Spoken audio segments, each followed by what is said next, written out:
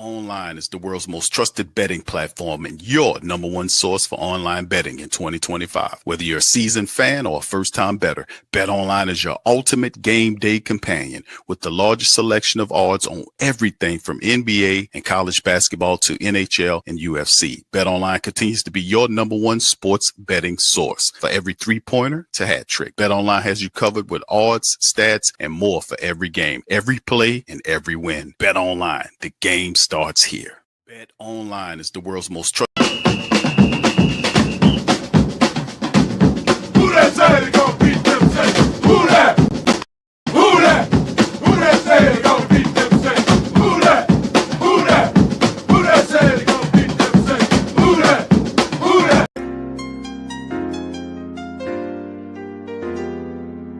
Yeah. Boogie like Benson, I'm a who that. I'm a who that. Long as I'm living, I'm a who that. Lose or winning, I'm a who that.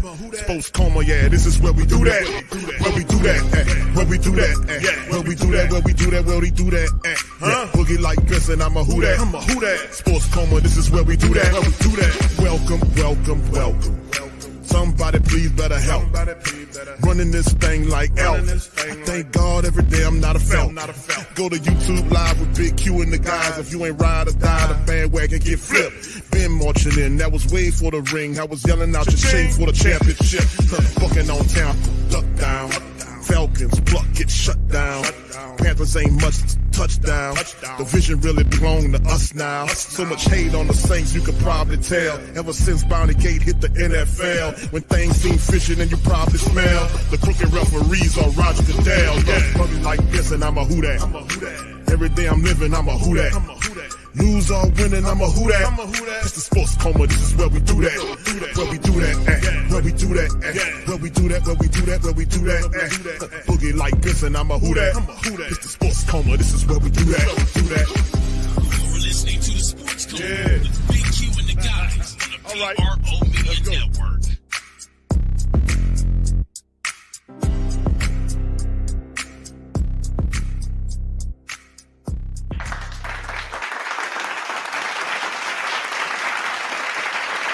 All right, shout out to the mighty Who Dat Nation, man. Welcome, welcome, welcome. You're now rocking with the Sports Coma with Big Q and the guys, where we have intense, entertaining, educating, and enlightening sport talk from your favorite sports fam. Shout out to you guys. Appreciate you being in the live. Big ups to the fam. Much love, much love, much love. It's Wednesday, middle of the week. Big ups to the fam. Man, let's talk some black and gold. So big ups to the fam, man. We up in this thing. Hit the like button for your boy. Appreciate every last one of you guys for being in this live, man. And it's simply unbelievable, but it is something that we've been seeing over the last several years for the black and gold have been doing, man. And listen, all I could tell you, man, is that, you know, we cannot tell you. It's what it is, right? Like the Saints right now, fam. You know, just giving you a cap update, man. Remember, they were minus such and such. We seen this happen 2 years ago when they were $100 million over the cap. When they were $70 million over the cap, it was $60-something million. Then it was $40 million. Now they're $32.5 million. We'll get to this. $32.5 million over the cap right now. Over the cap right now. I told you guys. But as you see at 2025, what the Saints simply are doing is, like I said, they're just kicking the can. After Mickey Loomis told you he wouldn't do this. He said they were going to work it back to the black. That's what his words were. But look at 2026 numbers. It's already 6.2 million into the red, baby. This was 60 million plus. Remember Chanelay with the tweet? Scott Chanelay, shout out to him saying, hey, man, this year we're going to be there. And then next year, we're going to have all kind of cap relief. You don't know how your general manager, VP person operates. He's a guy that is a kick the can ass guy. And like I said, there's Saints already in the red for the 2026 year. It's going to be very interesting. I love it. I love it. Well, big ups to you guys. Appreciate y'all for being in the live, man. Let's talk some Saints, man. Big ups to the fam, man. Y'all hit the like button. There's also a poll question for the family members to get your word in, man, edgewise, and let me know how you guys feel about what you think will happen with the black and gold. Insofar as, do you think, how many wins do you think the New Orleans Saints will get? Y'all guys let me know in the chat. Tell me how you feel about it and what you think will happen with the black and gold this upcoming year. The options are, as you can tell, fam, in the poll are 10 or more wins, 7 or 9 wins, 5 to 6 wins, or 4 or less. You guys let me know what you guys think. And this is a no judge zone, so you guys get your vote on in peace.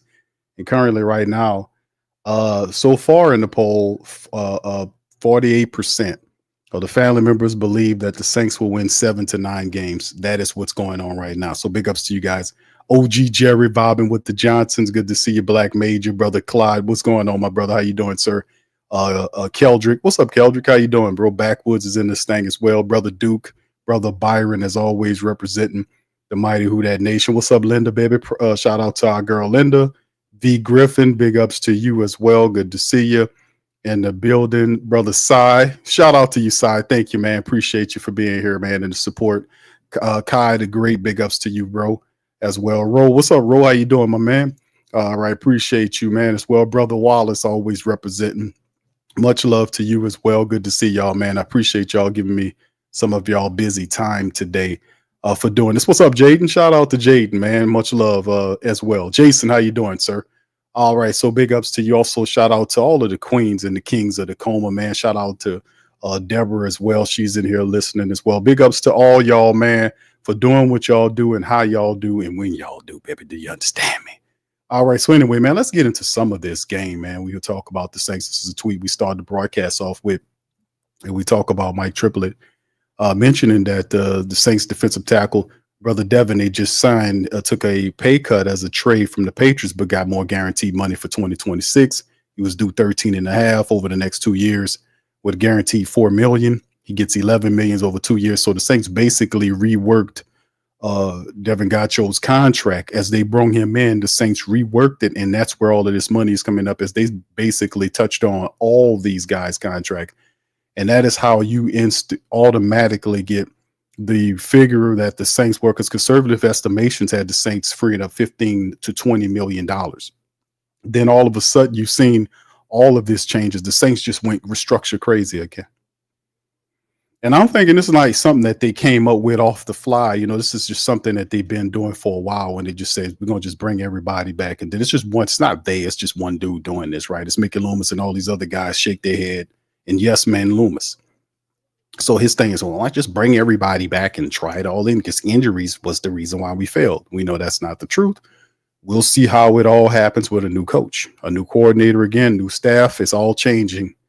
And we'll see. It's going to take some time. So I'm not really saying right away, fam, what I'm thinking the win total is. I know you guys have your thoughts on it, but I'm expecting some difficulty, to be quite honest with you, fam. I'm expecting some difficulty from the Saints with all of the change and the flux coming in as they kind of reestablish what they want to do. I knew it's going to be some rough errors that the Saints will have to get around to get to winning. So still a lot of stuff going on. There's a lot of rumor mills circulating around with what happened with Derek Carr and all this stuff. And we'll touch on some of that stuff in some of these articles. Anyway, let's hit it up, man. Saints salary cap update. Huge trade or signing could be coming for New Orleans Saints after more contract restructures. Shout out to A to Z Sports. The Saints are proven to be themselves during an offseason. Once again, they brought back Chase Young, Juwan Johnson. They made some depth signings in free agency and upgraded at safety with Justin Reed. All these moves have been while making restructures and paying pay cut agreements with players of all season, or during the offseason. Their latest choices seem to point to more additions on the way for the black and gold as well. Now, we also realized that the Saints did bring back Landon Young, and we'll clap Landon Young to go along with some of the players that they already have. We're still moving around, but it just feels like the Saints are kind of grinding to the halt in free agency. Yeah, we expected them to kind of be a little bit more ferocious in their attempts to acquire veterans to kind of help the Saints on the offensive line, the depth signings for the offensive line. And, you kind of expect a little bit more with the fact that they freed up all this money. So if you free up $30 million for this year and you kick it into the second year, 2026, and you're already $6+ million in the red, you would anticipate the Saints will go all out if you're going to take this course of direction, right? And hey, man, we're already on the path, right? This is what we're committed. And despite what I do to try to slam on the brakes, it won't make any sense because they're going to press forward on this course of action. And once again, it's not a there, it's just Loomis. It's Mickey Loomis doing this. So as we look at some of the things that's going on, you can look at your depth chart and see that we still need some help offensively, right? We have good players on offense. We just need the right coaches to come in and get everybody on code. Football is not terribly complicated unless you're off code and don't have any accountability. And it can be, as we know, as the Black and Gold Nations has seen over the last several years. I beat that horse, beat that drum this whole damn time, right? About accountability and all this kind of stuff.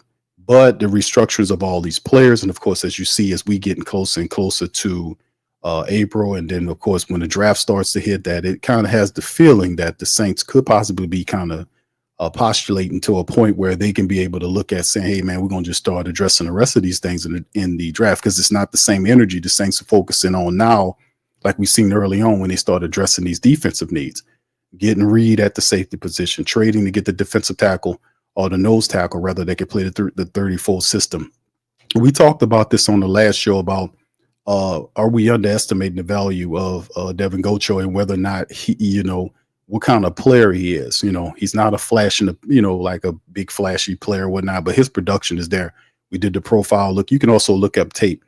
He does command a double team, and he does get tackles, and he's productive from the interior defensive nose tackle position, and he is available. The last 4 years, he's played 17 games each year, and that is something that we really need. So if we're going to count on this player in the interior of that defensive line, which is, fam, listen, that is an uber imperative, right? That the front three guys have to dominate. The linebackers have to get used to, the outside guys like Chasen will have to get used to the 34 look of Staley.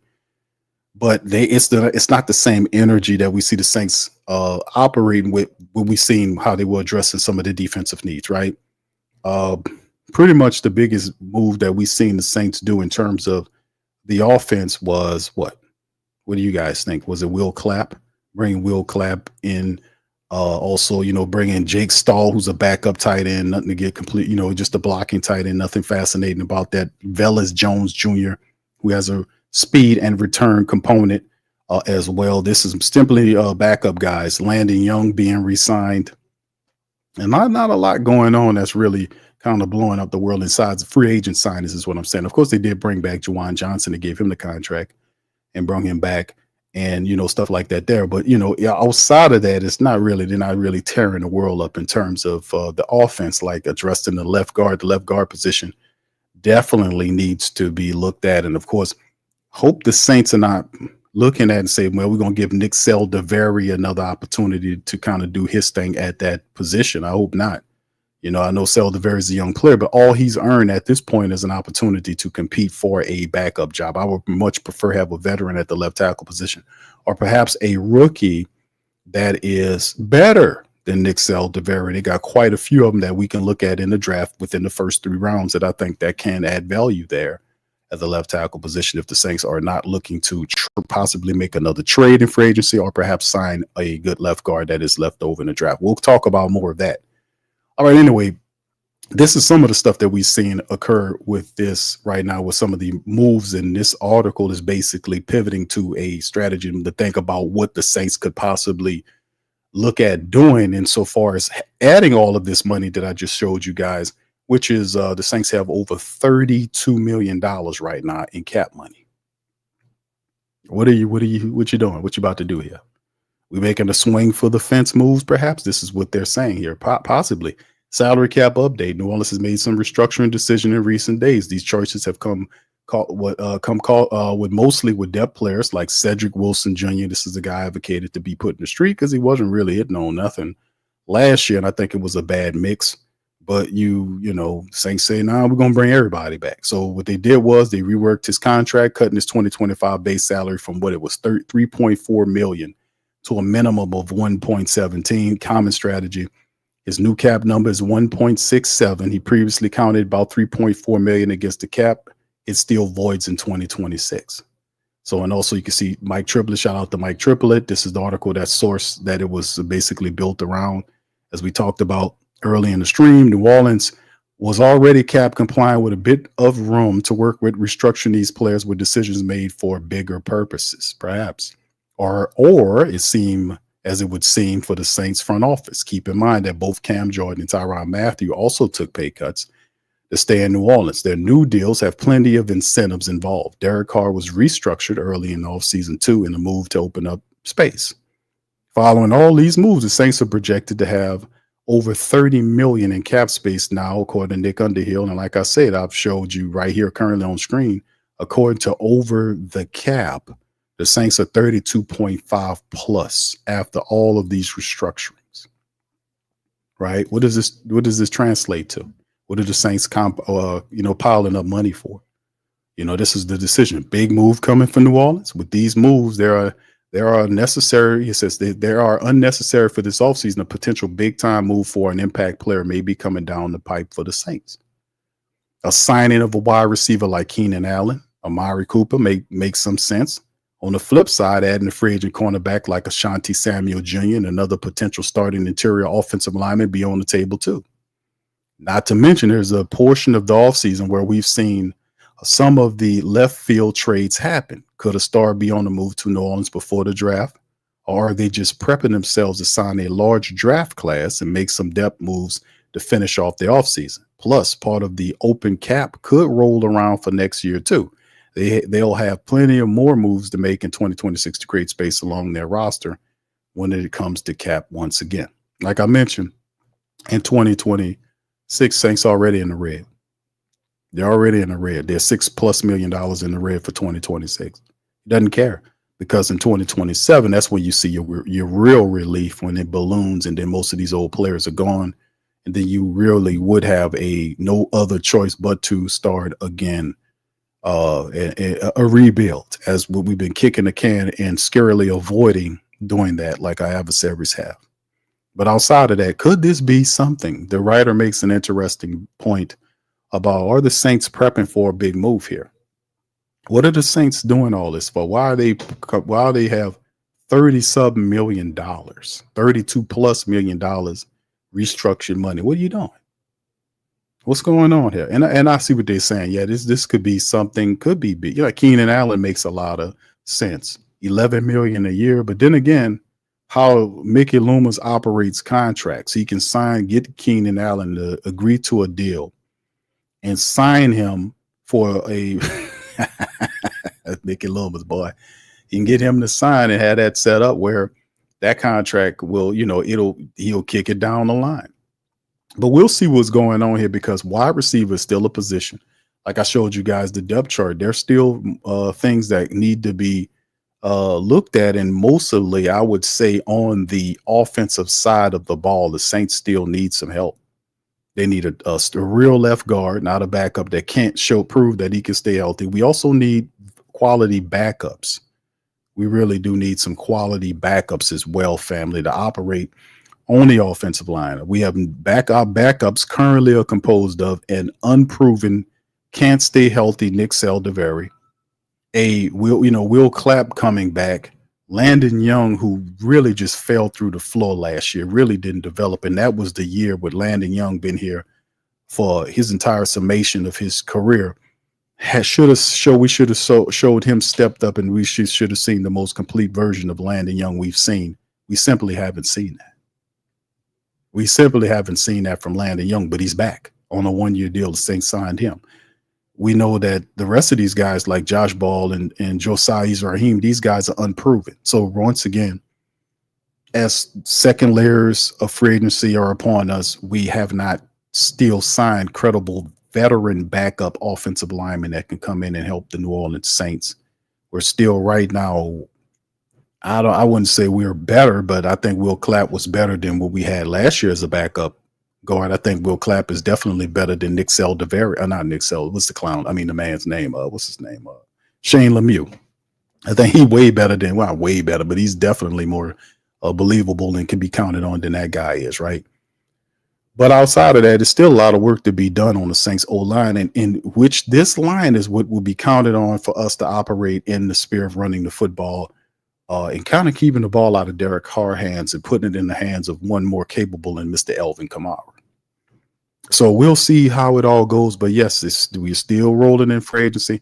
I do understand and agree to some of the moves the Saints have made on the defensive side of the ball, but the offense do need help from the offensive line standpoint. We could use another wide receiver too. I'm not, getting Velus is good, but he's more like he can help out in different ways. They got him penciled in as a running back. He can play wide receiver. Do like his signing. But, that's just like, that's more from the reserve side of things. We still need help. O-line first. I don't know about the tight end position now where they still have Taysom. They still have Foster. So, whatever is there. But I can also respect the fact that the Saints could use a veteran wide receiver. Now that they got the cap money, the pair next to Chris Olave, Rashid Shaheed, and then of course hit it in the draft at some point, right? Hit it in the draft at some point. But those are some of the things, and you guys add to it. Let me know how you feel on that side. But once again, y'all answer this question for me. Do you guys believe that with all of the $32+ million in cap money that Mickey Loomis has freed up, do you guys think that the Saints are about to swing for the fence? You think they're about to get one of the bigger free agents in the market, perhaps two? Let me know how y'all feel about that in the chat. All right, let's keep it going. And to kind of keep this thing on this part, the Saints also top free agents the Saints should pursue. Now, this is by way of Athline Sports, John Hendrick. Shout out to him. And this is what he thinks about some of the people that still could help the Saints with the freed up money now. Perhaps some of these guys are options. So let's kind of get into it. The Saints were in on Cooper Kupp. Saints were trying to land Charvarius Ward. The Saints should look at this player. The Saints just missed out on this player. All of these things come out at one point or another in the NFL offseason. What it says about the Saints and their direction is telling for anyone who hasn't really been paying attention. Is also not really a secret.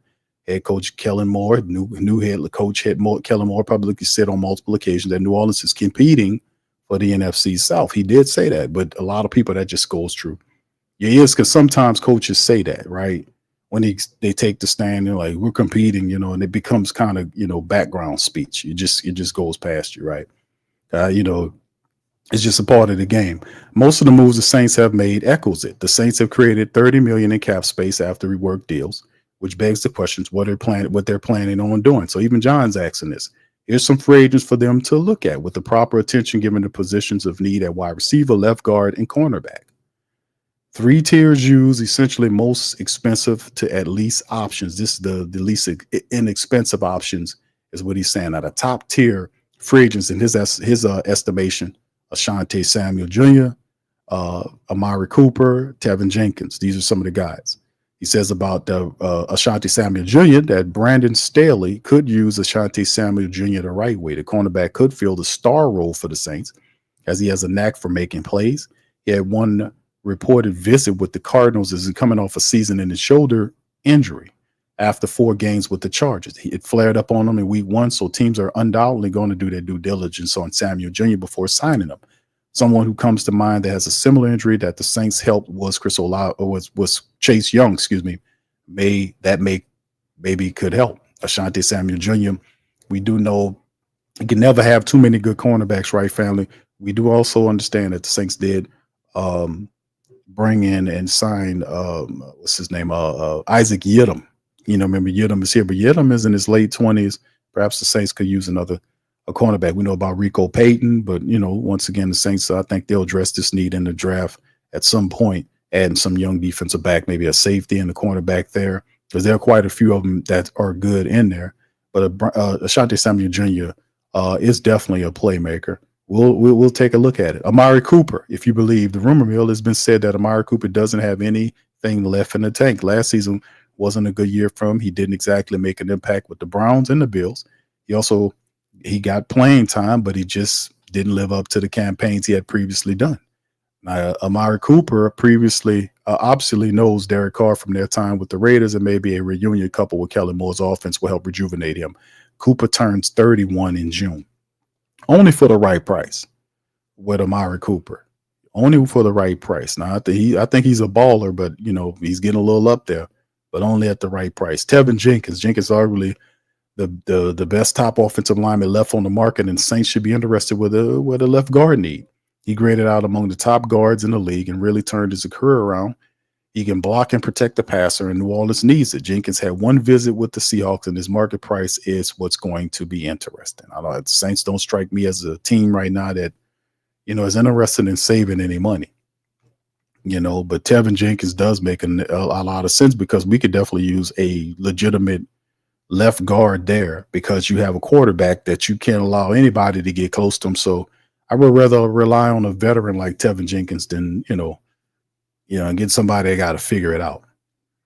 You know what I'm saying? You got the world's most scariest quarterback back there. So you got to make sure your line is right. The next tier of people, Mike Hilton, what remains to be seen for Brandon Staley's defense is who ends up going where. They view Alontae Taylor as an outside guy, and maybe the slot star guy could be Mike Hilton. I'd also point out someone like Isaiah Stallbird played this role in college and was also moved from linebacker to safety last season.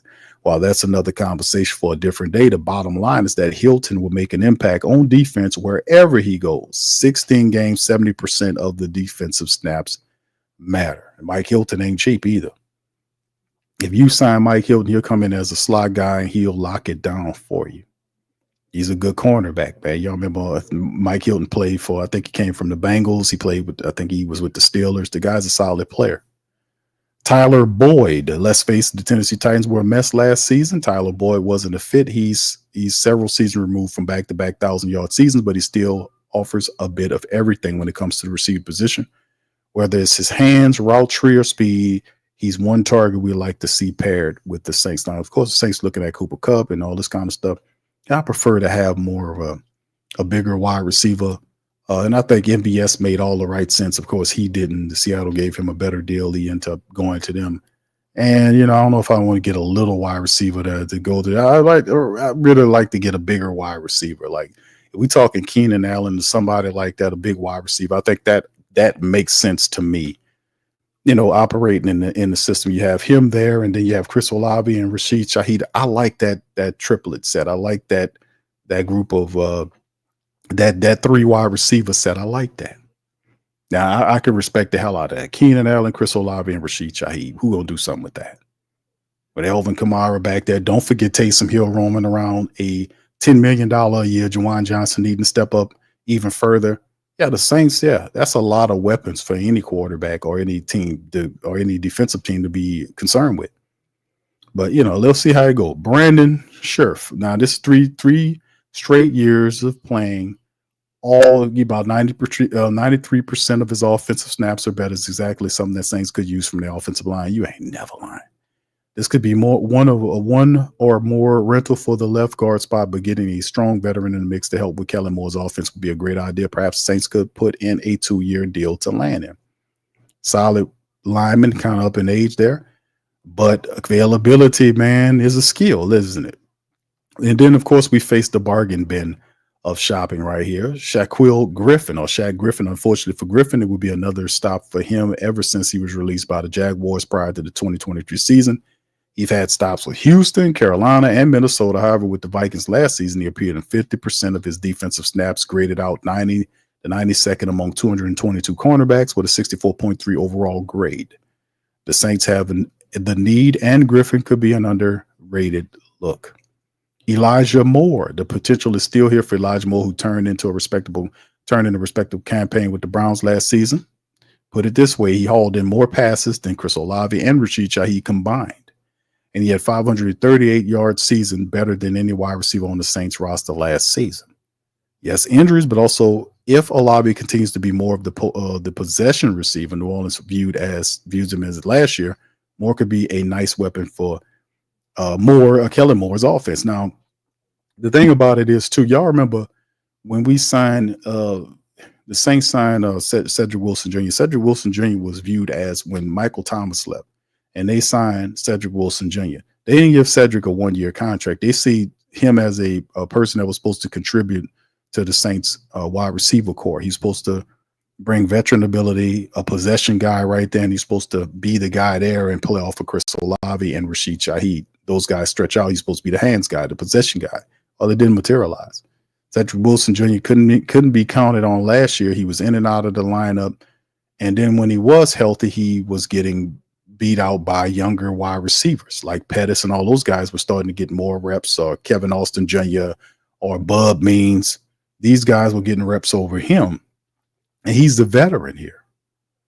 So at some point, you kind of look at it and say, hey, man, Chris Olave was supposed to be, play off of that guy.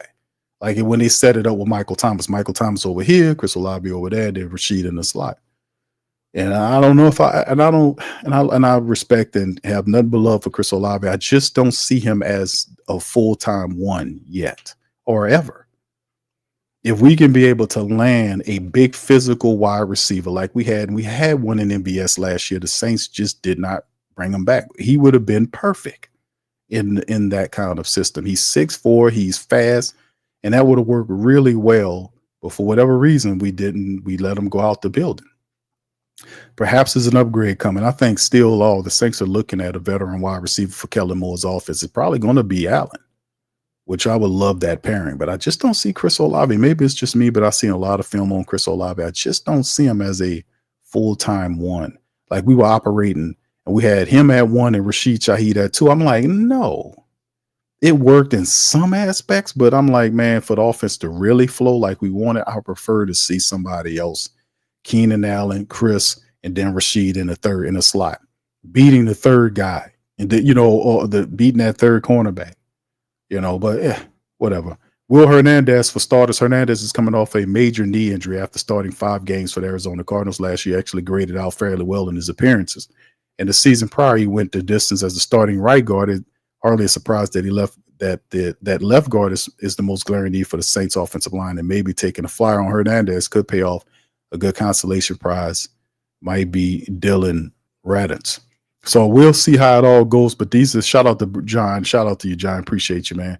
That he gave us some ideas, fams, of possibly people that the Saints could pick up on. He laid it down from the bargain basement to the top-notch shelf, the top shelf stuff, which we seen there. So Tevin Jenkins, to me, would be really cool. Like if the Saints signed Tevin Jenkins for the left guard position, would be cool. If they have picked up Allen, those are really good upgrades there. Because you want to be able to have veterans there, because you have McCoy there, you have Chris Olave. I'm not really that big on Cesar Ruiz. I do like Tali Fuaga. Trevor Penning, he's headed in the right direction. Let's just put that like that. But Jenkins would be a good pickup there at the left guard position. And then we have to just be about the business of kind of adding a couple of veteran offensive linemen as backups there to kind of solidify that. And that might not come here right now. That could possibly be something that happens after the draft, because we've seen that before. After the draft and leading right up to training camp, then you start seeing the Saints pick up this guy, pick up that guy, that kind of stuff. So we're still a little bit ahead of the time, but we'll just see what they got going on. But definitely with them cleaning up or freeing up all of this money, and right now currently sitting 32.5, you definitely got to look at it and say they're up to something monetarily speaking, to free up this kind of money. It could be a couple of big moves coming down the pipe, and we'll see. Hopefully it'll be something that kind of help this team head in the direction that we need to see. All right, head to the next one here. All right, shout out to who's this? Shout out to my guy Kyle Mosley. Shout out to that brother. All right, Saints linked to Patriots Joe Milton. How about this one? And yet another QB rumor. Another day, another indication that the Saints could pursue a trade for Joe Milton III. How y'all feel about that? The Patriots reportedly are shopping the sophomore quarterback who was drafted in the 6th round a year ago. The trade price is reportedly a 3rd-round pick. Should appeal to QB-needy teams in a year lacking high-end quarterback draft picks or draft prospects, which is not necessarily the case, because Joe was a guy, big quarterback, strong as arm when he was at the combine. He is definitely brimming with potential. If you got a guy like the guy is just could throw the ball from one end of the end zone to the other, massive arm, questionable decision abilities, but tall in the pocket, and just would impale you with the football. If you can work with Joe Milton, you could turn him into something phenomenal. But outside of that, a 3rd-round pick for a 6th-round pick, do they have the vision? Saints could be one of those teams, according to Ben Violin of the Boston Globe. Per sources, there are growing sentiment that the Patriots are entertaining trade offers for Milton. Violin wrote in a piece published Wednesday, the Saints have Derek Carr, Spencer Rattler, Jake Haener, and Ben DiNucci under contract, but none are the future of the franchise. Well, that's interesting for a Boston Globe reporter to talk about matters of the Who Dat Nation, number one. A lot of people don't see Ben DiNucci as a future anything. He's just a backup guy here, the camp arm, if anything. Jake Haener is definitely not the future of the Saints organization. I mean, he has not developed in the way that we thought he should develop. And of course, we look at Spencer Rattler, who does have every potential to be a guy that you turn to in the future, to possibly be a guy that you can kind of look at and say, hey, man, I like this kid a lot. He's smart. He's got a strong arm. He's smart. There's some stuff to his game he got to work on. He's a leader. And you could take Spencer Rattler and you could turn him into something. You could turn Spencer Rattler to a lot, man. You know, like I said, he's a lot. He has a lot of potential. He's the closest to any franchise future QB that you could have on the Saints current depth chart. You're damn sure ain't Derek Carr, you know. But anyway, they're saying, this is what the Boston Globe writer is saying, that sitting with the number 9 overall pick, the Saints may get shut out of the second year in a row. He said might get shut out of the second year in a row from the top quarterbacks. Well, Mel Kiper Jr. said that he believes the Saints will draft, Shedeur Sanders? I've seen that report that he's picking them in Mel Kiper's draft, that they believe Shedeur will slide down to number 9. Or did he say Shedeur or Joe, or was it him, or I think the other guy said him. I might be mixing them up. What was the kid? Or Jackson Dart. You know, they perhaps thinking that. But I do believe that Jackson Dart is going to go. Y'all remind me which one is which. Yes, Dart. There you go. My bad. It was the other guy talking about Shedeur slides to the Saints at 9. Kiper was talking about, I think he said Dart. But what's interesting is, with the Jackson Dart pick, is like, that's not the first time we've been linked to Jackson Dart. A few practices and all this kind of stuff is really showing that you know, that his accuracy is a little bit better than what people anticipate. He has all the athleticism in the world. He got a strong arm. He's intelligent and he's a leader. He is exciting to watch. If you ever watch, we played against Jackson Dart at LSU, and Jackson Dart is a player that lights up the field, man. I mean, he's very decisive, throwing the ball up the field or just taking the hell off. And that dual quarterback situation is something that we have to watch out for. That dual quarterback situation is something we definitely have to pay attention to be quite honest with you, because at the end of the day, all I see when we talk about quarterbacks here is the fact that you look at, like I said, I can see the man climbing in the draft because there is no bona fide third quarterback right here. Like it's either you talk about Cam Ward, or you talking about Shedeur, or then, you know, Jackson is like the last guy. Then after that is people will start clumping the quarterbacks together. You start talking about guys like what's his name? The guy Quinny Ewers from Texas. Then you start talking about you know, a few of these other cats that's around here lurking about the Jamil Rose and all them further down. So you start mixing them, you start picking quarterbacks according to what you see them as, right? Or what you believe them to be in your system. Me, I actually like McCord. I think McCord from Syracuse is a good quarterback. He's not the athletically guy, but he's accurate. He's smart. I think I could work with that. I could work with a guy like that. I think Kellen Moore will like him. But there is a premium on those dual guys, the guys that can throw and run. Look at Jalen Hurt. Look at some of the Lamar Jacksons of the world. And I comparing the kid to him. But I'm saying if you have the ability to throw and run, there is definitely some liking going on with you on that. All right. So anyway, this is what the guy finished saying. The Saints may get shut out for the second year in a row from the top two quarterbacks, the top quarterbacks. It may be worth it to trade one of their day 2 picks, he's saying, number 40 and 71 and 93 for a low risk, high upside QB. Why are we giving up 3 picks for a quarterback?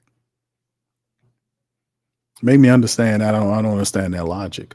Milton entered the NFL with a jaw-dropping arm strength, but mind-numbing inaccuracy. Exactly. But we seen that at Tennessee, didn't we? We knew that he was a project. Like when he went to Tennessee, he was doing the stuff what he did was phenomenal. But at the next level, he has the size and the arm ability, but they also knew he's not as inaccurate as they portraying him. In college, he was actually pretty accurate. It wasn't his accuracy that wasn't the issue. It was his consistency. That's the thing. Is a big difference there. Because the guy could make the passes, but you have to work on him, his reads, and him getting the ball there, operating with not just putting a little power on the ball, but also having the touch to go along with it. But we knew when we scouted Joe Milton coming out of college, out of University of Tennessee, that we ultimately knew that the consistency in terms of what he was doing from his accuracy would be something would be a problem. But his numbers were good. If you go and look at his numbers and how he played there, he has some stuff going on. But like I said, it's potential that you got to find somebody that believes him and willing to work with him. You know, that's the big part. But yeah, I don't know if I give up that much for him. Replacing rookie Drake May after just one series, Milton essentially made his first NFL start. He capitalized on the opportunity, completing 22 of 29 for 241 and 1 TD while rushing for another score and committing 0 turnovers in the win over Buffalo. Surely Buffalo barely played as starters, but Milton's performance was nonetheless impressive. Now the Patriots are in position to flip Milton for a day 2 draft pick, and the Saints could be serious players. We're not giving up that kind of draft capital for Joe Milton, although I do like Joe Milton. But the Saints taking a quarterback at 9, as opposed to they'll go best player available. But it also depends on leading up to that, what moves the Saints make. Do they get the offensive lineman? Do they get the wide receiver? You know, do they add another cornerback, the veteran? Then everything else is just you do what you want to do, right? I still say offensive line is a problem. Even if you get a veteran at the left guard position, I still would see about trying to get, because your backups, man, my goodness, we still need some good backups there. So, I mean, we still have to build that line. We still got to protect Carr, and we got to run the ball. You know, he's no good when you get him rattled. Dude ain't no good.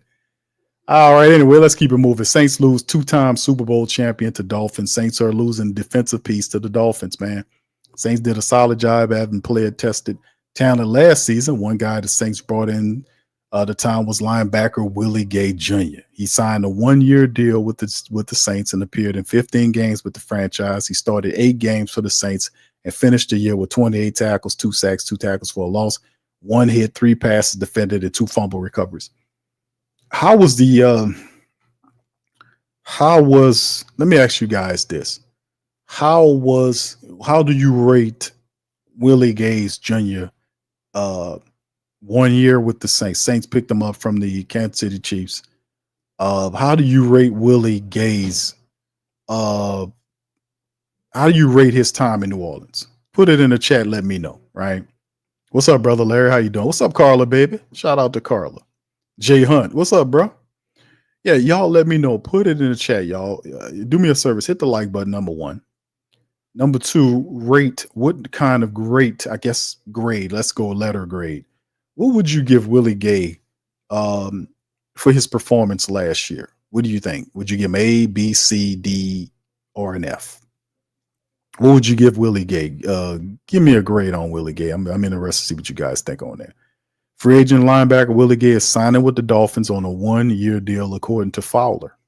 Miami finished the 2024 season second place in the FC East with an 8-9 record. The Dolphins were behind in 13-4 Buffalo Bills, but did not finish ahead of the 5-12 Jets and the 4-13 New England Patriots.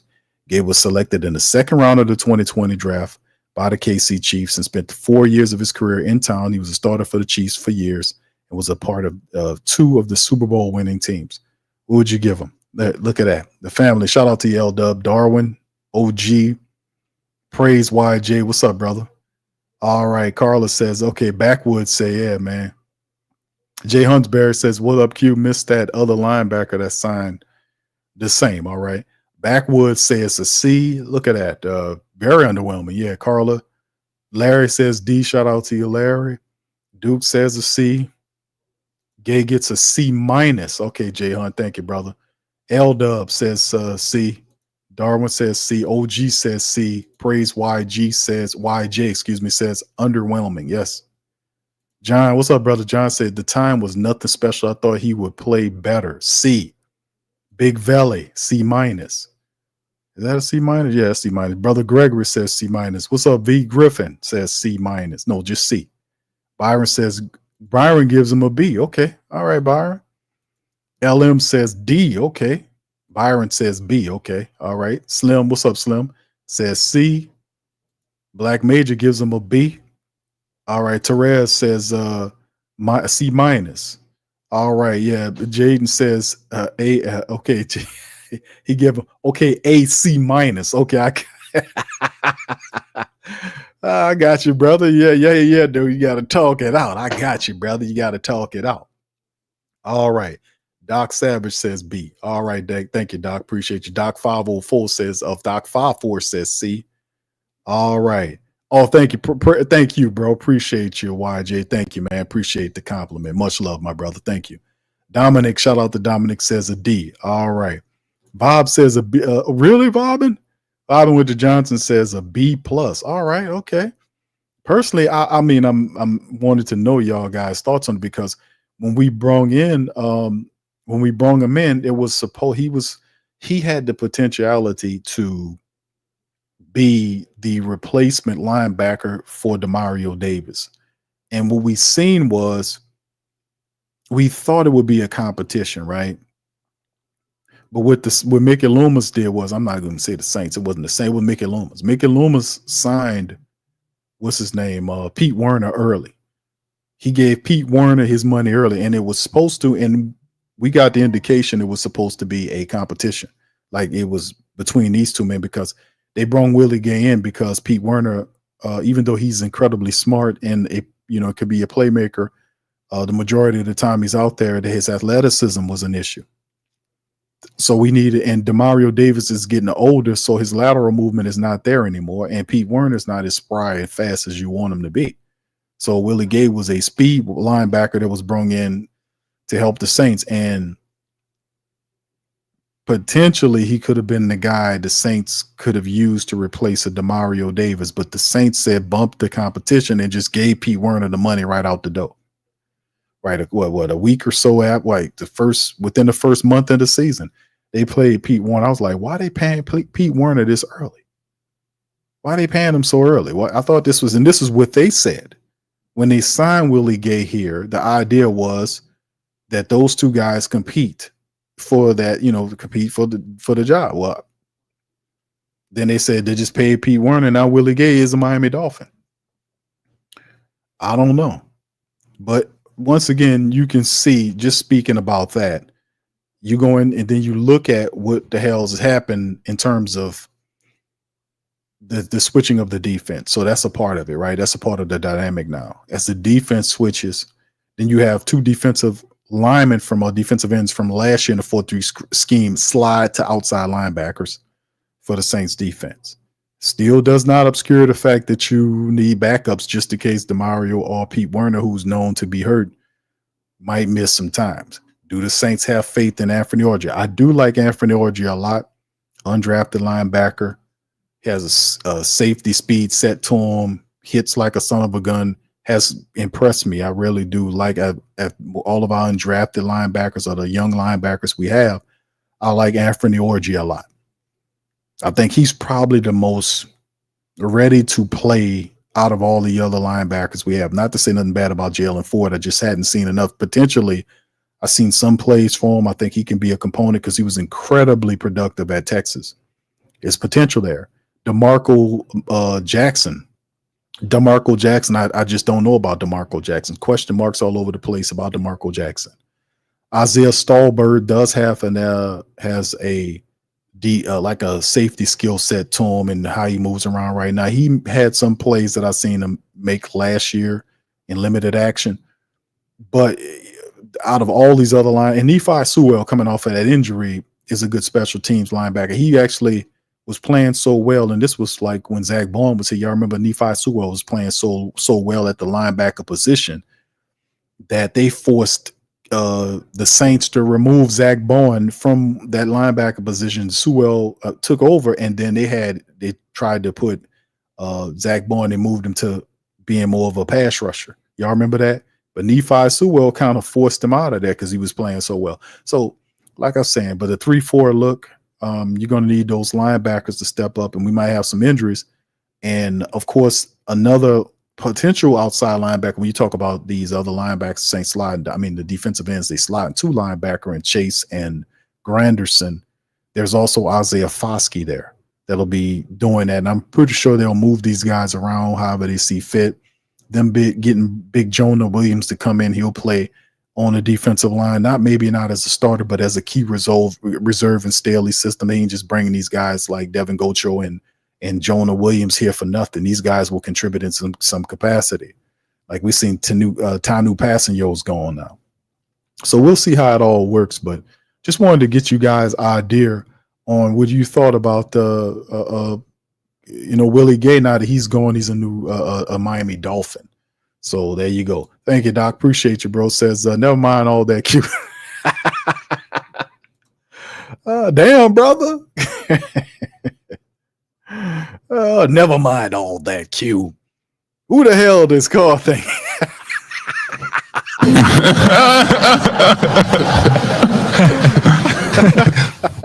He ain't lying. Well, goddamn, Doc. Shit. Hell, you said never mind all that Q. Who the hell does Carr think he is? That's the energy in which he. Well, listen, bro. Listen, I probably a handful of people in the region of the Who Dat Nation that's not mad at Carr like that. I'm not mad at Carr like that, brother. I'm gonna tell you why. I'm not mad at Carr because Carr didn't put a pistol on Loomis and say, hey, man, let me get that check about you. He didn't do that to him. Saints gleefully turned over that check and that money to Derek Carr. Derek Carr was trying to get out of here. These reports were indicating he was trying to get out of town. He was looking to leave, and it was Mickey Loomis that basically held him not only here but for next year too, because his dead cap hit is $69 million next year. So you more than likely going to have Derek Carr in this year and most certainly next year. So he was trying to leave, which made sense because Dennis Allen got fired. Dennis Allen's gone. Derek Carr is not a young quarterback. Derek Carr wouldn't have been down here if it wasn't for Dennis Allen, a.k.a. Coach Possum. He wouldn't have been down here. The Saints would not have went and got Derek Carr if it wasn't for Dennis Allen. He did everything he possibly can to bring that goddamn guy down here. So in the end, he was trying to leave because his coach was gone. The only person that really believed him like that was Dennis Allen. But Mickey Loomis, being who he is, actually believes, that's how stupid Loomis is. And I'll say it again, he's stupid. He believes that the only reason the Saints failed was because of injuries. He has no concept of none of him hiring a dumb coach who couldn't keep people accountable, who was backstabby, who threw his team under the bus. And by the way, he didn't say anything about none of that when he did it. Didn't say nothing about that. The man with the man, they fired. We forced the mighty Who Dat Nation and the great Saint think tank forced the Saints. We forced Gale to lead that bingo game and go down there and fire that guy and push him up out of here. Forced him on up out of here. Forced him clean up out of here. That if you left it to Mickey Loomis, he wouldn't have done nothing. You'd have let him stay. And he stupidly, ignorantly, and just brashly sat there and refuses to admit to stupid ass decisions over and over again. And it's just frustrating because, and listen, if you are a shyster and an idiot and a moron and a chump and a simpleton, there's supposed to be somebody over your shoulder making sure you're getting this stuff right. And there was nobody over his shoulder to make sure you get anything right. That's that Toy Story looking ass Dennis Lauscher who's supposed to be doing that. He's not doing none of that. These people don't believe in no accountability. All they believe is the balance sheet. And it's obvious. But in the end, I don't blame Derek Carr for taking the Saints' money. The Saints are forcing their money into his pockets as fast as they can give it to him. So, like I said, Carr told him, I ain't taking no pay cut. And he was trying to get out of town. And there were rumors saying that people were interested in taking him, and the Saints would not let that happen. Mickey Loomis is the guy that people need to be upset with. If you're going to be upset, I would just leave Derek Carr alone, because Derek Carr is just going to keep taking the money. And if he doesn't perform on the field, and he just probably not, I think he's kind of crazy, to be honest with you, because ain't no player in the world. I mean, he might have the brother probably took a lot of shots upside his head. He scrambled his noodle. Because I've seen somebody put out a highlight reel of him getting blown up and getting hit. I'm like, damn, that guy, he really got his bell rung. He gets beat up. Like during his time with the Saints, he got broke up a lot. Like, I don't know too many people that will face dive. Hell, that's like when he did that move, when he jumped, who does that? Now, listen, I understand you trying to make a play, but you make a play as smart as you can. You don't try to leap over the head of your 6'3" wide receiver. I mean, you literally leaped onto the guy's head, and the guy just moved out the way, and then next thing you know, face first into the turf monster. I don't mean to laugh, but I'm saying it's almost similar to somebody diving into a swimming pool with no water in it.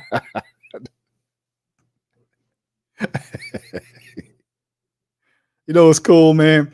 When that happened, man, what's messed up, man, and I didn't mean to do it, but I was just showing the move, and they had the replay of it, and I just was going back and forth like, look what this is. Look, he just dives, and then he goes face first.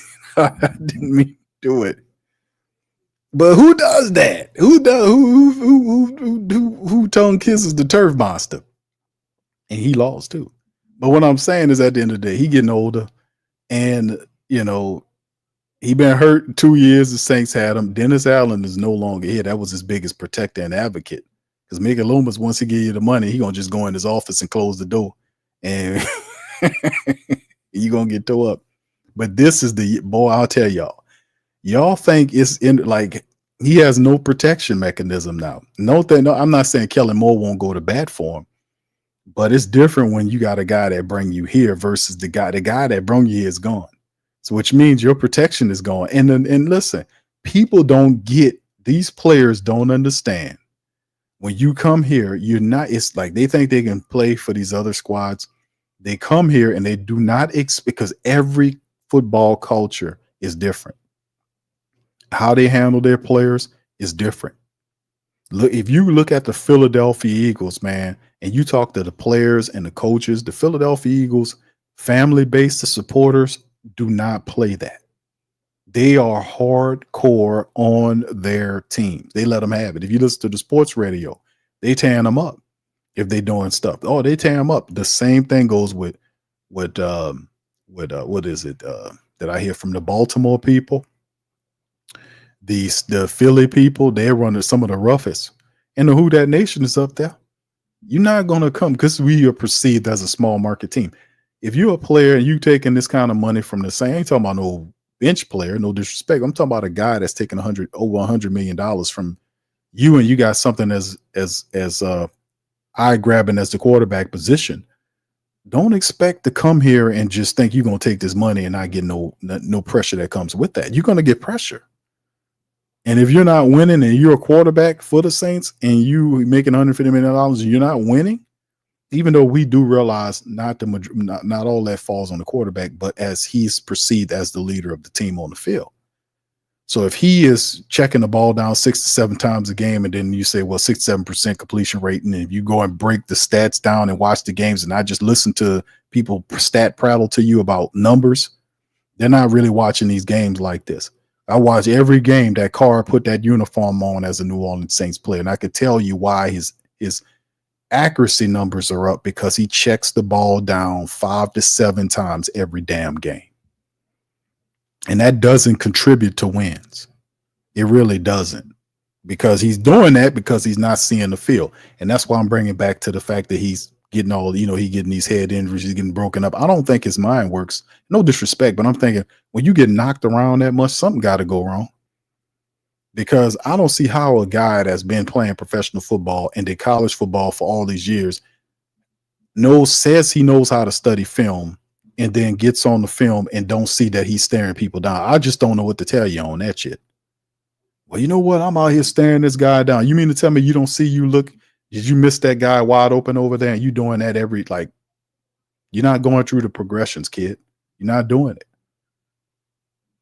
And I just don't know what to tell you, man. If I can't get you not to stop doing that, and you don't need to be a quarterback. You don't need to work for me. That's damn sure. I need you to see it all.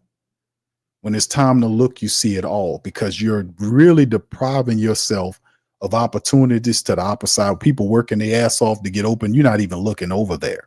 That's the thing. That's why a lot of people be having problems with Derek Carr. Sometimes it be the ball placement where he put the ball at, the fact that they running these routes with all their passion in their heart and he ain't looking in their direction.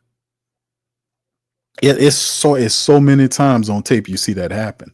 It's like too many times. It's to the point it's very concerning. Like, who's going to teach you, and you've been in the league for 12 years, to stop staring people down and learn to pump fake more so that you throw the safeties off. And if you won't throw left, pump fake to the right and then throw left. They got college quarterbacks that don't get caught up like that, man. So, I mean, I don't know what to say about that. That's all I got to say about the Carr thing, but it's not his fault that he's still here. He was trying to get out of here, and Make It Luma says, nah, we're going to keep you. Thank you, Doctor. I'm trying to say thank you very much. Picking me up, bringing me back to this world. Derek Carr is the starting quarterback of the New Orleans Saints thanks to one Mickey Loomis. And will that lead to success? It depends on how the Saints utilize Derek Carr and Kellen Moore's offense. If they create this offensive line that we hear them talking about and running the football like they did, similar to what they did with Philly, it's going to be, that could be a way to do it, because you have more of a person that you believe in Alvin Kamara than what you would have in a Derek Carr, who has to learn a offense again for the third year in a row. Another new offense he got. That's 3 years. The man been here for 3 years, and that's the third offense in 3 years that he got to learn. When that happens, then usually you don't always tend to rely on the quarterback right away, especially when the year starts. Those guys got to figure it out, right? But the running attack, you got to learn. You got to, regardless of what the system is, you have to run the football and pass it. But I'm saying the play action is something that Derek Carr is very comfortable with. Anthony says Carr can't beat Rattler in a fair competition. I'm trying to say thank you very much. Picking me up, bringing me back to this world. In a fair competition, can Derek Carr beat Rattler in a fair competition?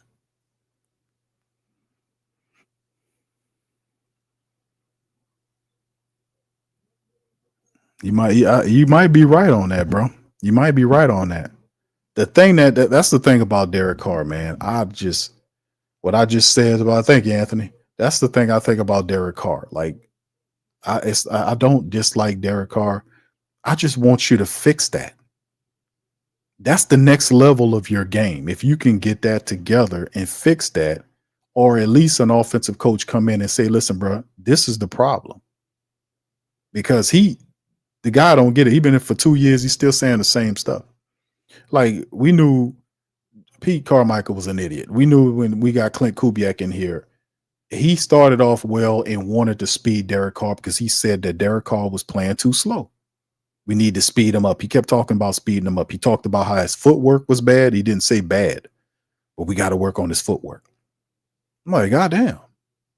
Pete Carmichael had this guy last year. You mean to tell me something wrong? Pete Carmichael didn't see his footwork bad, or the fact that he was playing too slow? And then he'll go out there and rip it, and then he'll say, he's on me, man. He's on me. This is Derek Carr talking about Clint Kubiak. Yeah, you know. God there, Clint says, I threw the ball out there, and then, and then he said, do it faster. And that's good. Now do it faster. Like, goddamn. But I mean, it's just something very interesting, man, that we will have to see what Kellen Moore and Coach Doug Nussmeier can do.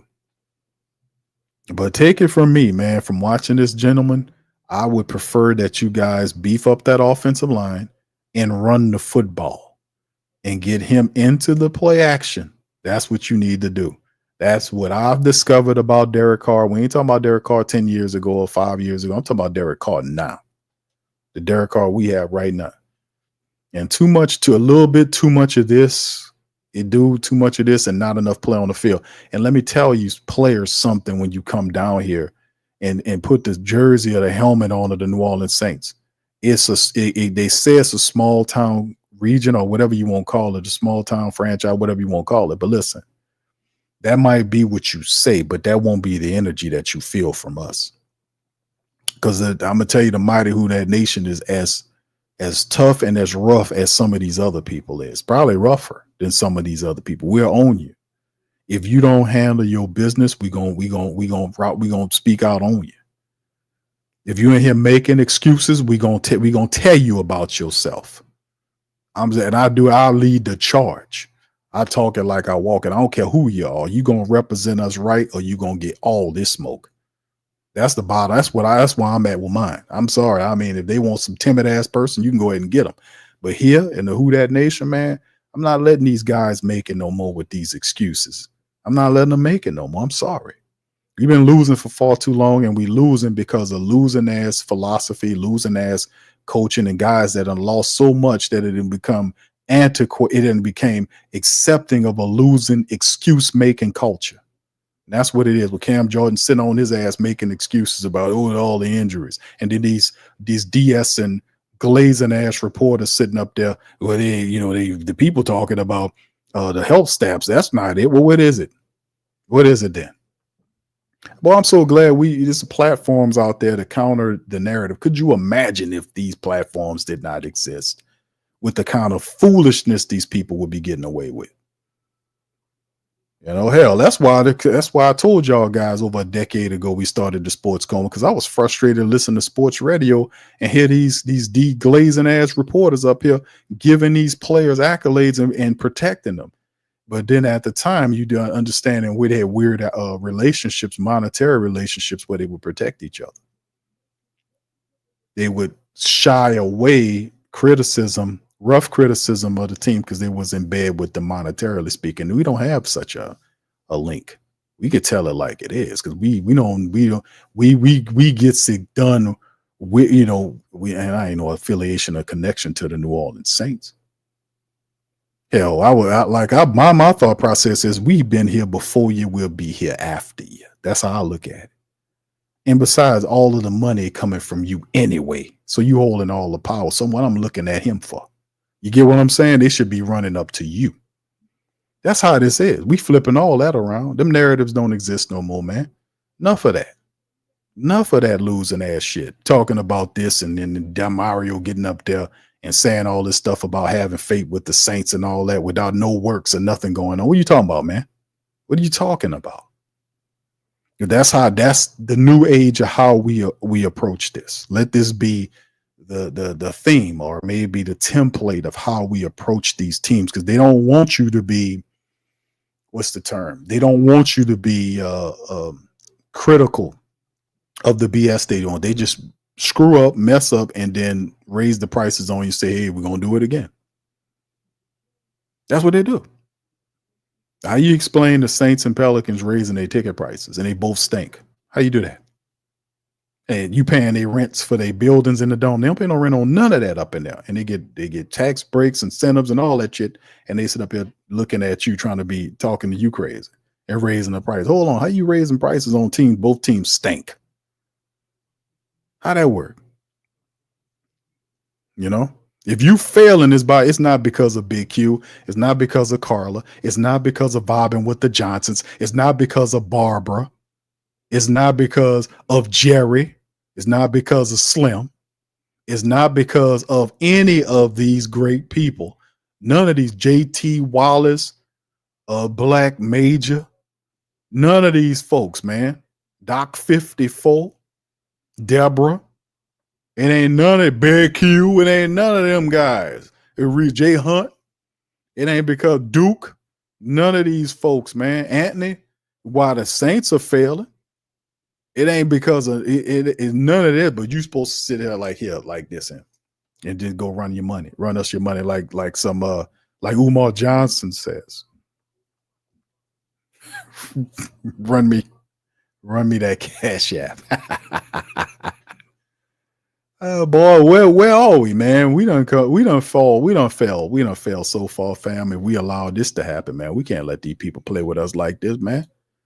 You know what I mean? I got too much pride. I got too much love for myself to let somebody play with me like that, man. Come on. All right. So anyway, man, listen, man. It's a different move, man. Listen, fam, I'm listening for my new people that's listening. I know this might sound different. Like, damn, man, I ain't know people talk like that about you. Damn right we do. This would a fed up man look like after being lied to and cheated for 4 years. This is what he looked like. That's right. That's what he looked like. Man, I am so sick of these people, man. I'm so sick of these people, man. I don't know what to tell y'all, man. Oh my goodness. Oh man, but you know what, family? Y'all make it all worthwhile just to talk to y'all, man. Y'all be having me tripped out in the chat laughing. Man, y'all make it work. Especially the family members at the Pelican post-game report, man. Y'all for you know how difficult it is to do the Pelican post-game report. Been doing that for years. Pelican sitting up here with 15 wins. What is it? 18? I don't even know no more. They sitting up here. These people got the nerve to sit up here with 18 wins. They got 18 wins and 51 losses. And we got shows going up there. We beat, man, listen, man. What you gonna do with that? Them people ain't giving you no material to work with. Man, let me tell you. It's something else. All right. Anyway, thank you, Pammy. Shout out to what's up, Pammy, baby? How you been, girl? Shout out to you. Thank you for being to say thank you very much. Picking me up, bringing me back to this world. Yeah, the trolls, man. I don't even see them, man. Somebody tearing them up. I think Jared tearing them up. The mods tearing them up. I don't see any of the trolls, man. But the reality is, a lot of the trolls are stupid, man. They are, man. I hate to tell you that, man, but a lot of people already know that. You know, you got people you could talk about the Saints with, and regardless of what the team do, if the team is right, it's nothing they do nothing wrong. I mean, how you gonna do anything with that? You can't even. That person don't even have any. They're not even. If they have a brain, they ain't got it turned on. Because you could talk to them, say, hey, man, listen. The team stink. It's garbage. They lost for 4 years. They've been lying. They got a dumb hit. They hired a dumb coach. They got a dumb general manager, VP guy that's running the team out of arrogance and not intelligence. They don't have a plan. You tell them all that, and they still tell you go Saints. What? Does that work? What? Go Saints. Well, okay, hold on. You go to Saints or go to hell. I mean, what? I mean, it's just crazy, man. You got to, if you enjoy sport, but you don't have to de-evolve your thought process, your logic pattern to be involved in sports. You take all of that into it. You bring that into it. You know, you don't suspend reality or logic when you go and watch a movie. You bring all that in there, that enhances it. You don't need to. It's just how people think. That's, and that's fine, bro. They're not ready. They're not ready for they're not ready for that message. About 2 or 3 years, maybe 5 years down the road, it'll hit them in their goddamn head. But man, enough is enough, man. All right. Yeah. I'm just saying, man, y'all know they got these people out here y'all be talking to, man, and you just not reaching them. I can't do nothing with you, man. I'm sorry. Holler at me in 5 years. You'll get it then. You'll get it in 5 years. 5 years from now, your ass will get it. There's some of them just slow as hell. All right. But yeah, it's the people like Carr. Listen, I'm not mad at people for liking Derek Carr. I'm not mad at them for liking Derek Carr, but understand this. When I tell y'all about Derek Carr and his performances based on what I've seen from Derek Carr as a New Orleans Saints quarterback, what I've seen him do in the uniform of a New Orleans Saints player, watching and studying this film on Derek Carr, I've given you my absolute honest assessment of Derek Carr, and I give them to you over and over again, and notice they don't change. Notice the truth don't change. It don't fold or morph into something else. I say the same thing about Derek Carr every time I break down Derek Carr's problems. I like the fact he got a strong arm. When he gets going, he's a what you call him? He's a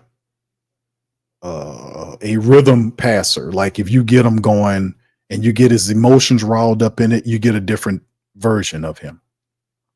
When you get him going early and he gets motivated, he starts pumping his fist like that, you get a different version of him when he's emotional like that. But when it's bad and it appears like in the games that I've seen when things turn bad is you don't get the same motivational energy out of the guy, right?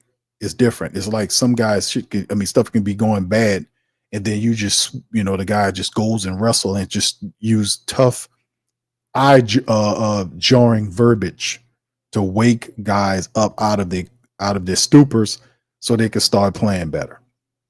Right? Like, no, come on, guys. Come on, guys. We need to do better. No, none of that. And none of that. Like, guys, listen, we're right here at the fulcrum. We can do this. No. Because a lot of guys they're not going to respond to that low vibrational, weak, garbage time energy. You need to jar these guys, and you need a lot more aggressive verbiage. Then come on, guys, we can. Nah. You better raise that up to the 10th power. So, like I said, man, $150 million for a quarterback, and he's barely above 500. He was hurt, and he played hurt, which was the first year he played hurt, which I gave him a pass on that because that was wrong for the dumb garbage Saints to do him that, because the guy was broken up. They was shooting him with painkillers. His eyes was bucking. Some of them games he didn't know what planet he was on, and he was out there trying to compete. And it just was not good. I despise Dennis Allen for what he did to Derek Carr. People don't remember that, but he was out there playing hurt that first year, and he shouldn't have been out there. Should have been Jameis out there, because when Jameis was, I ain't gonna even get into none of that, man. I'm not going to even get into any of that other stuff. Not going to get into it. I'm not going to talk about whether they should have had Jameis here or not. But the bottom line is this. What I'm saying is this, is that Derek Carr that he played to the best of his ability. He was hurt out there playing. The Saints were shooting him up with painkillers in his body to numb the pain so he can get out there to throw the ball. He didn't have much of a touch on the pain. You can look at some of them games when he was out there playing. The guy's eyes was bucking out of his head. I was like, this is wrong to do anybody that kind of way. But I remember all of that. That's why I'm like, it just wasn't a good look. And he was pressed to play because he felt the pressure of making that kind of money, and he felt like he had to be there. And it was a bad decision. If you're hurt, don't play the man hurt. That's terrible. And it just didn't get a good result. And then at the end of the year, he talked about having multiple broken bones in his body, and he couldn't even move. He had to go after the surgery, and he had to do all this kind of old stuff. And he come back next year, and he gets hurt again. And he getting older, and and when you get hurt like that, the guys, you can see he don't have much of a clock in concept, like his mental, like you have a clock in your head of how long you have with the ball, what you need to do, going through your progressions, check, getting the ball out to the routes that it is supposed to be, but you're supposed to look over everything and just seeing the field correctly. Then when he got hurt and came back, everything changed. You could see it. The verbiage with Clint Kubiak was different. The aggression level with Kubiak was different. A lot of the throws were throws where they were forcing him to read the field. It was more pre-scripted throws where he would just turn and fire down one side of the field or the other side of the field, that type of stuff. And it became very dull and predictable. So, like I said, can Dougie Nussmeier take Carr and turn him into something that we haven't seen consistently? It's a possibility, but at the end of the day, I would rather not do that. Like, he'll pick it up as he goes, but the bottom line is, if the man is supposed to have develop and be something great and fantastic, that is supposed to be on that level where that it'll be it'll be something special with Derek Carr. Let's just say it like that, right? So anyway, with that being said, man, listen, shout out to you guys, man, for being in the stream, man. Much love to everybody out there, man. All right. Doc says all the BS going in the country, we gotta. He says, "What's that, Doc? Gotta be some stability from the hood." The thing is, sooner or later, man, we gonna turn it around, man. We got no choice. He ain't got no damn choice. We got to do something. What's up, Rock? How you doing, sir? Shout out to Rock, man. Big ups to you. Appreciate you. Poppy 504. All right, much love. What's up, Rook? He says Carr probably won't even show up for the season. No, I think he'll be there. Carr's going to be there. Agreed. She said Jameis should have played when Carr was hurt. Yeah. We talked about that. I don't know what that was all about. Pamela says Carr not being in New Orleans for Super Bowl week tells me everything I need to know. I still say that it eventually. What's up, Quavadia? Shout out to you, fam. Yeah, I still see Carr. I don't think Carr should show up and play. Carr should show up and play. All I'm saying is at the end of the day is that, man, I really don't know what to say about in terms of what he will bring, man. I just prefer to have more of a run-based attack, and that's just me because I just think that'll be probably the best bet for him because they're going to come for him, man. And I want to beef up our offensive line. I want to have a strong running attack that takes pressure off the quarterback. He'll give him a wide receiver, all this kind of old stuff. And really, he'll be here for the next 2 years. You'll have a successor in place, hopefully, and then we can pivot and move and keep the thing going. We'll have the talent in place to just keep doing it because we know what this is.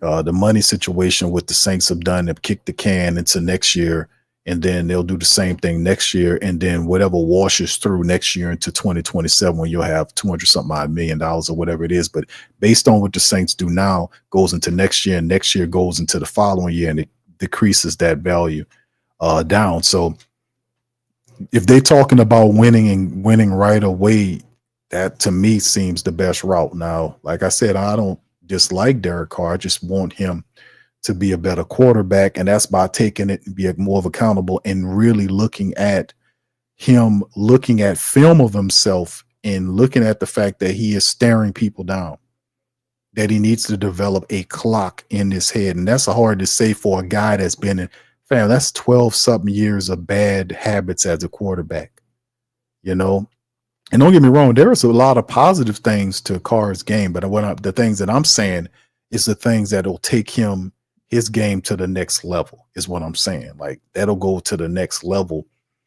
And those things are really kind of stifling him out. Now, I don't know what you can do about him being scary because he's definitely that. And I get it being that he got knocked on his ass and beat up a lot over the last couple of years. I don't know if he got kicked. I don't know if he got his tail kicked as much as he's gotten over the last couple of years here in New Orleans as he's been in the 10 years that he was with the Raiders. I don't know if he got beat up that badly in 2 years. I really don't know because he got hurt last year and the year before that. So if you don't want him hurt this upcoming year, you're going to want to you better invest some money in that line. That's what I'm saying. You better stop playing. Was it Cesar Ruiz? Somebody need who's the offensive line coach need to get in there and get on Cesar Ruiz, man, and make him play better. Cesar Ruiz need to play better, man. Definitely need to do that.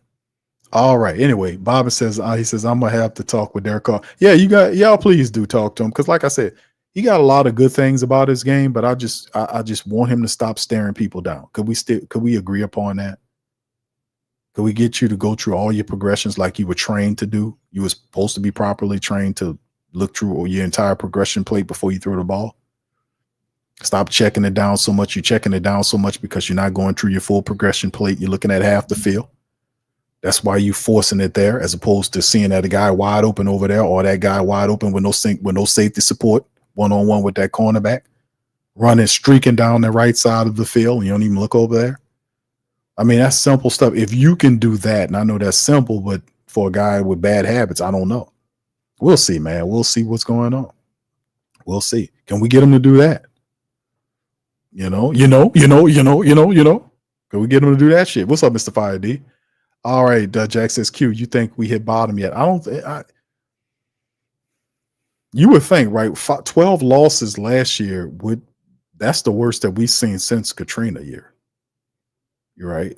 What was it? That was the worst year since prior to Sean Payton taking the job.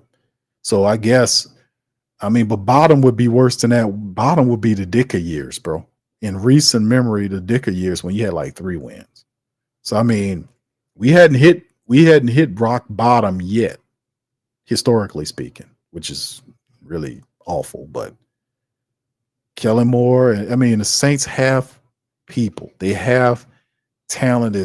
Can they be accountable? Can they get these guys in the right position to win? Could we really focus on the things that need to be fixed properly and be about the business of just staying on code? Can we do that?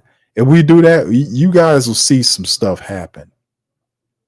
You'll see some stuff turn around. Biggest problem, I've said it for a while, biggest problem with the New Orleans Saints organization is accountability. They don't hire accountable people at the top. That's how Mickey Loomis hired Dennis Allen. Dennis Allen is not accountable. He was never that guy. He can run a defense, yes, but he can't run a team. He wasn't organized enough. He was really questionable with his decision making. He floated around on the cloud, and he did real suspect stuff. And he created cracks and fractures in his own team.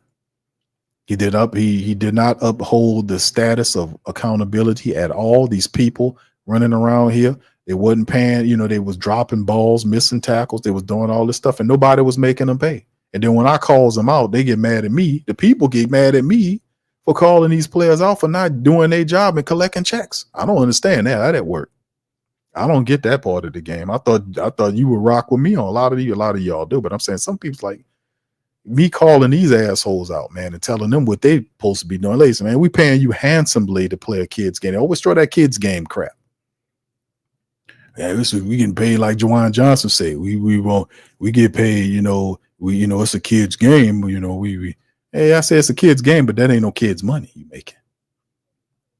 That's where it changes the dynamic of it being a kid's game. You're getting tens of millions of dollars to play football, man. Yeah, it's a kid's game, yeah, but that's not no kid's money. Preference it that way. And when that's not kids' money, that's where the pressure comes in because the wins have to happen. We want a bunch of Tiggers here.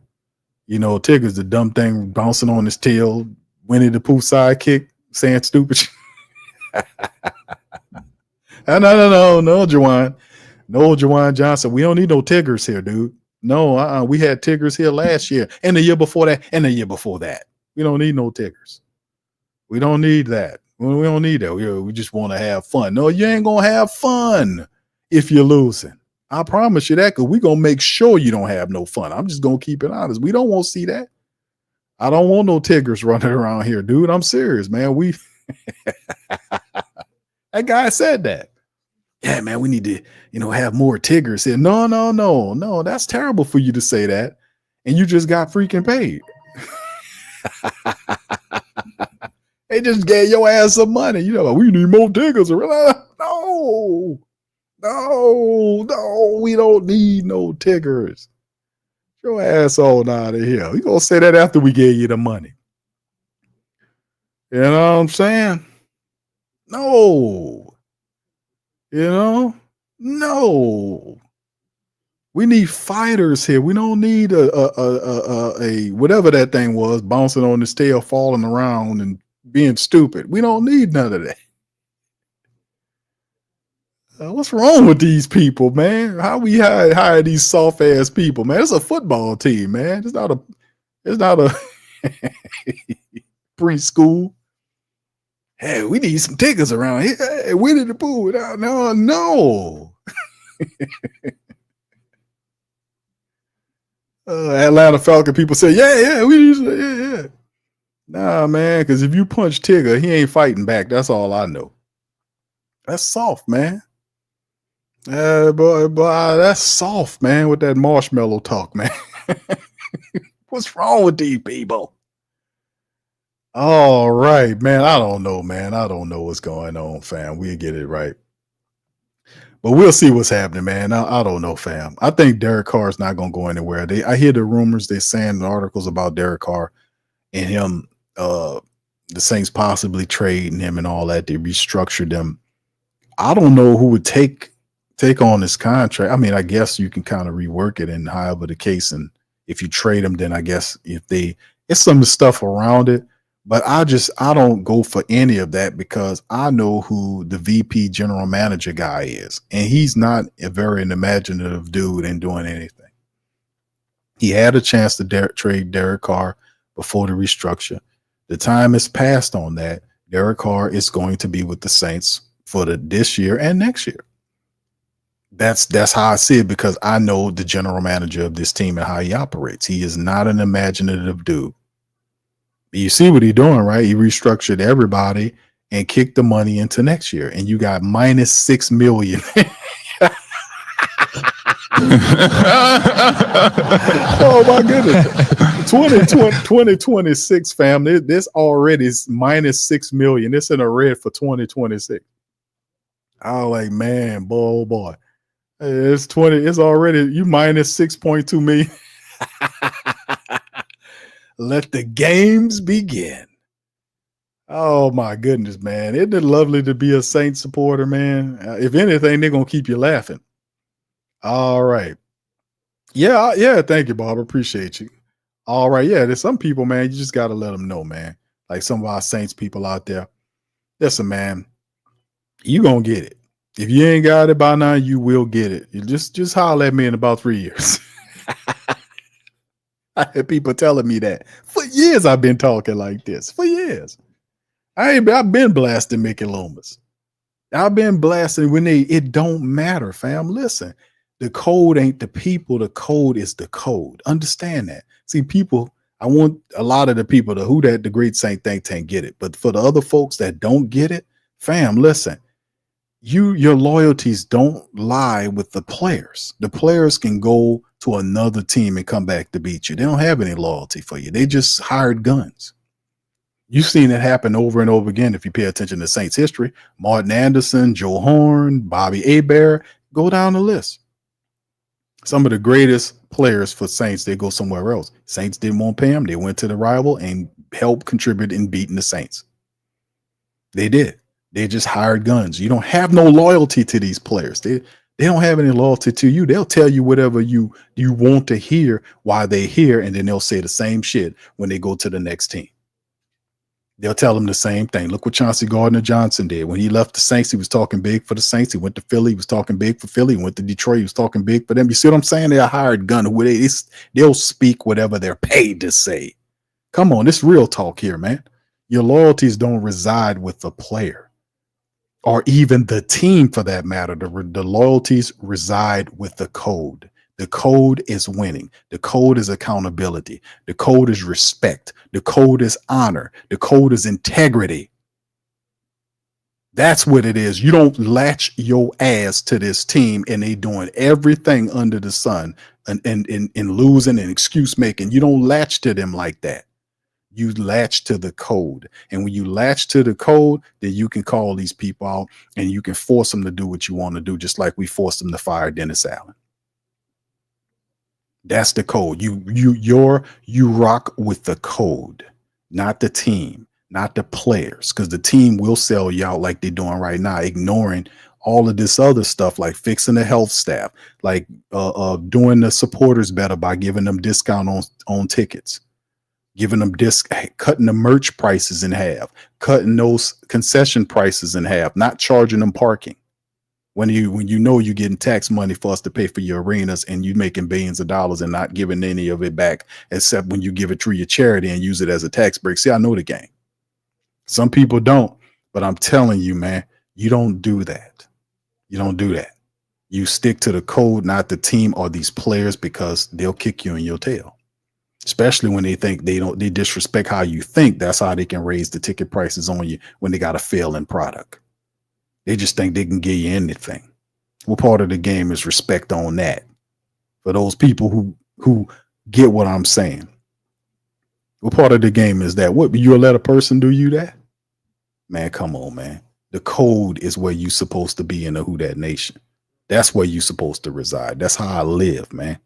I've been talking like this. I've been walking like this, and it won't change ever. Anyway, with that being said, I'm out on that, man. Listen, I love y'all. I appreciate y'all. I'm talking at y'all. I thank y'all for giving me the time tonight, man, to be able to kind of go over some of this stuff here. And it is real deal Holyfield and the mighty Who Dat Nation. That's all I got to say, baby. But anyway, listen, fam, a brief broadcasting note, man. Be hooking up with my brother TJ tomorrow. I'm gonna be on his stream tomorrow to talk some Saints with my little brother TJ, man. Much love and respect to that brother, man. He doing great things over there, man. We're gonna be going over there, talk some Saints stuff. So that'll be tomorrow, fam. So y'all be looking out for that broadcast there. And listen, man, as always, man, y'all keep y'all stay positive insofar as being on code with each other, man. And listen, man, Saints making some moves. It ain't done yet, baby. And all we can do is sit back and see what's happening, man. You know, that's all we can do for the most part, man. But let's stay on code, man. That's all we got, man. The code. With that being said, I'm out on that, man. I love y'all. Y'all hit up our sponsors, Mint Mobile, T. Chinley, and Bet Online. Merch, all those links in the description section or in the chat. Matter of fact, before I leave, let me kind of reverse and go over this poll that for those people that had not voted.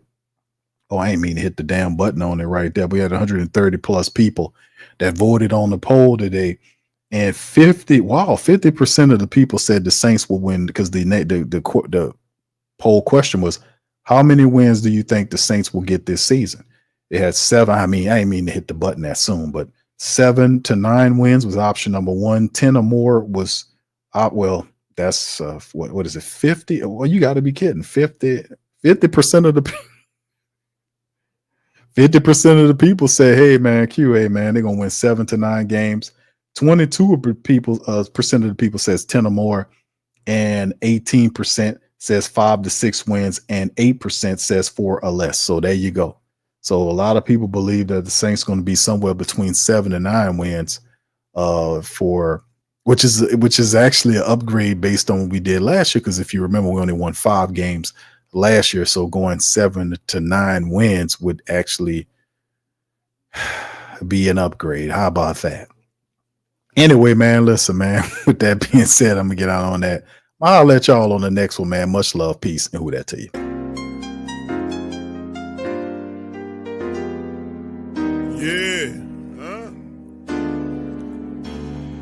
Boogie like Benson, I'm a who that. I'm a who that. Long as I'm living, I'm a who that.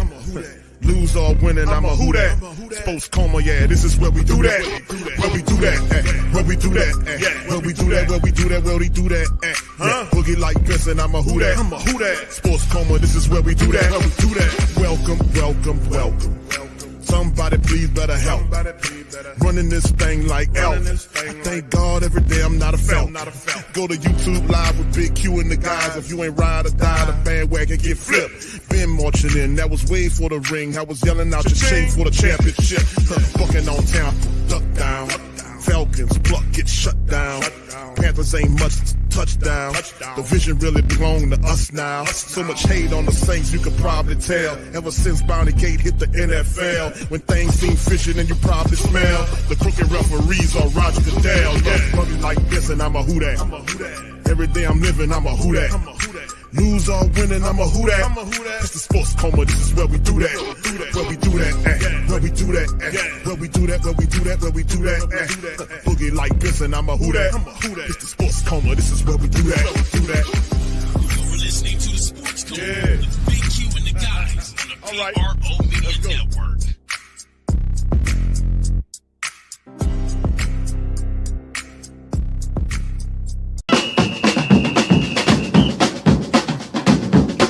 Say they gon' beat them Saints. Who that? Who that? Who that say they gon' beat them Saints? Who that? Who that? Who that say they gon' beat them Saints? Who that? Bet Online is the world's most trusted betting platform and your number one source for online betting in 2025. Whether you're a seasoned fan or a first-time bettor, BetOnline is your ultimate game day companion with the largest selection of odds on everything from NBA and college basketball to NHL and UFC. BetOnline continues to be your number one sports betting source for every three-pointer to hat trick. BetOnline has you covered with odds, stats, and more for every game, every play, and every win. BetOnline, the game starts here.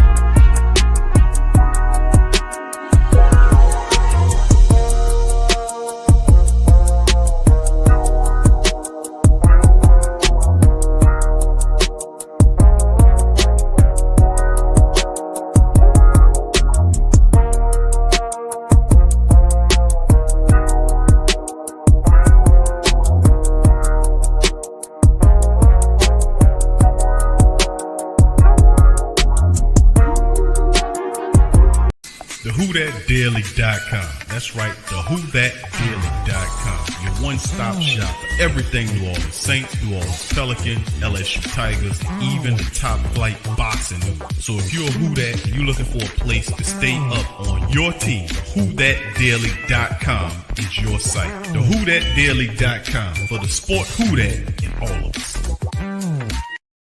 That's right, the Pro Shop is the platform store where you can go and buy all the latest merch to support the platform. Available at the Pro Shops, we have dozens of hundreds of products available for you and your family. Unisex tees for men and women, hoodies and sweatshirts, tank tops, kids and baby items, long sleeve tees, mugs, pillows, wall art, bath bedding, face masks, phone cases, stickers, bags, fanny packs, socks, hats, and many other items. Please feel free to check out the Pro Shops. The link is in the description section below. And remember, it helps the platform continue to grow. So check out the Pro Shop and Who That too.